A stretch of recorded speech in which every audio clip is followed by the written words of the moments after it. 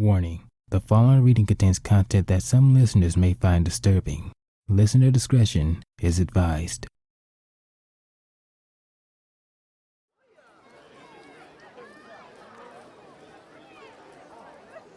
The Ponyville Theater was packed to the brim tonight, but that was to be expected by this point, as it seems the orchestra concert was putting on one hell of a show tonight. One that most of the ponies wouldn't expect the group to do before in all the years that Ponyville had been alive, ever since Granny Smith and the rest of the Appa family founded the town with their ever-famous Zap Apple Jam. The bottom, middle, and top row seats of the theater itself that were top quality, comfy, and nice on the ass that would be hella expensive in the fanciest furniture stores of Canterlot, were packed to the brim with almost all of the Ponyville citizens, far more than one would expect. Almost like the entire town of Ponyville had dropped everything they were doing just for this night. Some were talking among themselves, their voices echoing from the lips to float freely before they filled the room that had once been left in an uncomfortable silence one would expect a theater to have, whether they weren't being used for plays or concerts like this one. Others, however, were moving from seat to seat like little parasprites. Well, they almost looked like parasprites since they were nearly becoming nothing but little blurs in the eyes of the ones backstage. Some were trying to find another seat to plant their ass on, or simply making a last-minute trip to the bathroom to do. I don't give a fuck about what they do in the bathroom. I'm not that kind of asshole. Before the show was set to start. From backstage, the orchestra performers were getting themselves ready before they headed on stage, readjusting or cleaning their instruments or little pieces of clothing they had chosen to wear tonight. And that included one gray mare off to the side, getting out her signature instrument she managed to buy in a surprisingly great condition from an old instrument store in Canterlot. Her old one broke when she accidentally tripped on the stage and fell on top of it. They checked themselves out in the few mirrors the theater had bought, or rather, they had bought, or rather, though less likely, they had bought in themselves. They all looked great. Not perfect, but still presentable for the citizens of Ponyville, and they needed to be. I mean, why the hell would you want to look like a mess in front of your audience, for crying out loud?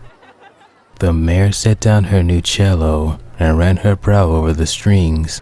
They still worked like new despite its age and the amount of neglect it must have taken while it sat in the store. She took in a relieved sigh through her nose, raising a forehoof to her forehead to wipe a layer of sweat off her brow before letting that breath out through her mouth. The nervousness that had been previously sitting in the pit of her stomach slowly vanished, though there was still a hint of anxiety, and the mare swore it probably had something to do with the concert and the condition of her cello. Actually, scratch that. It was definitely connected. The mare took a long look through the crack in the red fabric of the curtains, seeing nearly the entirety of Ponyville, feeling very nervous about the concert. But she took a deep breath, placing her front hoof up to her neck as she tried to calm her anxiety. She had nothing to worry about. She had gotten a replacement cello and had practiced with it several times while her roommate Vinyl Scratch Valentino was off work. And it had worked despite everything it'd been through. It was a bit strange for the cello to still be in perfect condition despite it sitting in the music store with no one taking care of it, but the mare needed a new cello, and the thing worked when she tried it, so that was what mattered to the mare. When the performers were up and ready, they walked over to the instruments, walked out onto the stage, and got into position. The lights in the theater went off, turning the entire theater into a dark world, startling many ponies who weren't expecting it and causing them to gasp in surprise. That didn't last long, as in seconds, the main stage lights turned on, and when they did, the entire orchestra was now on stage, all in position and ready to play. And play they did. The orchestra concert went like one would expect, where the band would perform one song, then one or two ponies would go backstage to let the others left on stage perform without them. It went on like this for some time until there was only one pony left on stage, the light gray mare named Octavia, one of the best cello players in all of Ponyville, maybe all of Equestria.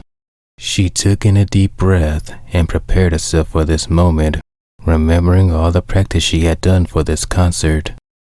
With her cello in hoof, she stood upright on the stage with her bow in her other hoof, admittedly feeling a little nervous about this whole performance despite having performed in front of crowds before. She heaved a deep breath to relax her nerves as much as she could, then moved her bow to caress the strings of her cello, and then began to play her song. The melody that came out sounded haunting, mournful, and sorrowful, and almost like a song that one would hear from a villain, not from a cello.